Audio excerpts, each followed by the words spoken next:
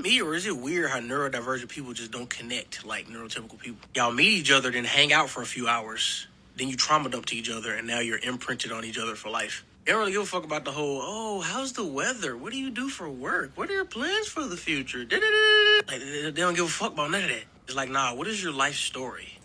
What are your deepest, most traumatic things that ever happened to you? And y'all joke around a little bit, and now you're imprinted for life, like Avatar, like the blue people. Unpopular opinion here, but if you're neurodivergent and you meet somebody and you have an instant connection with them, there's a good chance that that person also may be neurodivergent. When you look at the differences between a neurodivergent person and a neurotypical person, a lot of it comes down to communication. So let's talk about autism, for example. Autism means that the way that you communicate with the world is different from how a neurotypical person would communicate with the world. So because of this, you're going to experience the world differently. So you see things a certain way, and neurotypical people see things a whole different way. ADHD means that you struggle to regulate your mood and your attention.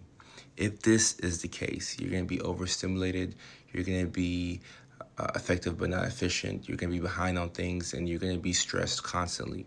When you see the world this way, because this is your experience, you're going to connect with other people who are running behind, they're always late. One common denominator amongst the neurodivergence is this dislike for small talk, because I don't know where small talk came from because I'm neurodivergent, but it's common in the neurotypical world to start off with some small talk. Hey, how was your weekend? Or, oh, okay, what's the weather like? It's a nice day outside. I see that the sun is out, and okay, and I see that the shoes you're wearing are black. Things that don't move the needle when it comes to actually getting to know somebody. I do believe that because neurodivergent people have a heightened sense of awareness about where they are in the world, how you are, how you present to other people, and how you're being perceived.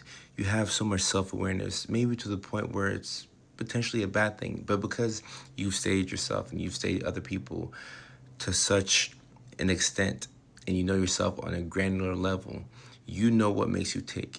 You know what you like, you know what you don't like, and you know what you want to know about other people. So you don't care about the weather. You don't want to talk about what somebody did this past weekend. And if that person is not somebody that you're particularly close with, you just want to talk to them about the business that y'all have together. If y'all are coworkers and you have a spreadsheet that needs to be done, what's the update on the spreadsheet?